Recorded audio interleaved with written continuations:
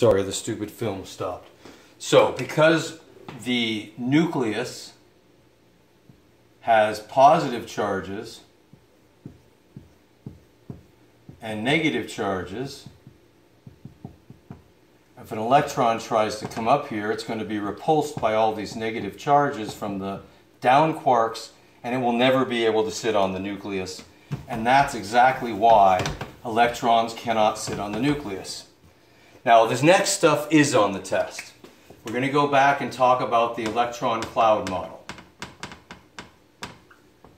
And we talked about the electron cloud model eons ago. We talked about hydrogen and we talked about helium. So I want to go ahead and do that again. Remember what we said is the nucleus is in the middle, and if you look at the two first electrons, they travel in a sphere around the nucleus, and what we do is we say that this is a probability cloud. And we're saying that 90% of the time the electrons are within this probability cloud. So we say that the first two electrons are in a sphere. Since this is energy level 1, hydrogen and helium, and it's a spherical shape, we'll call it S, and it can hold 2 electrons. So this is energy 1 with the shape of S, and it holds 2 electrons. That's what the first 2 electrons do.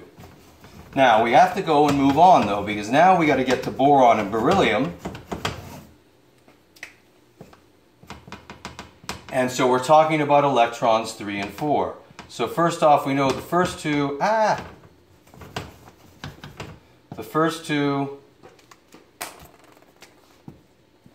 go into a sphere.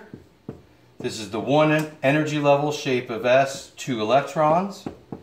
And the next two, because these are moving so rapidly, are not going to be able to enter this area very easily. And so they will choose a spherical cloud that's bigger. And since this is energy level 2 for boron and beryllium, and it's still shape of S, and there can still be 2 electrons in there, we'll call this 2s2, and this would be boron and beryllium. This would be electron cloud model for beryllium in this case, with 4 electrons traveling around. Now this is where it gets really exciting.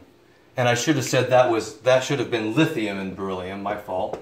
Now we're going to move on to actually to boron.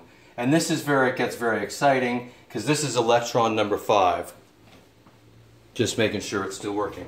So in comes electron number 5, and he says, look, where am I going to go? The goal of all electrons is to be as close to the nucleus as they can get, and as far away from all the other electrons as they can get. And remember, these other electrons can be over here, or over here, or over here, but 90% of the time they're within this space. So that electron number 5 shows up, he tries to enter this space, these ones say, sorry, we're not going to let you there, and the electron has to make a choice. What type of shape would I like to be in?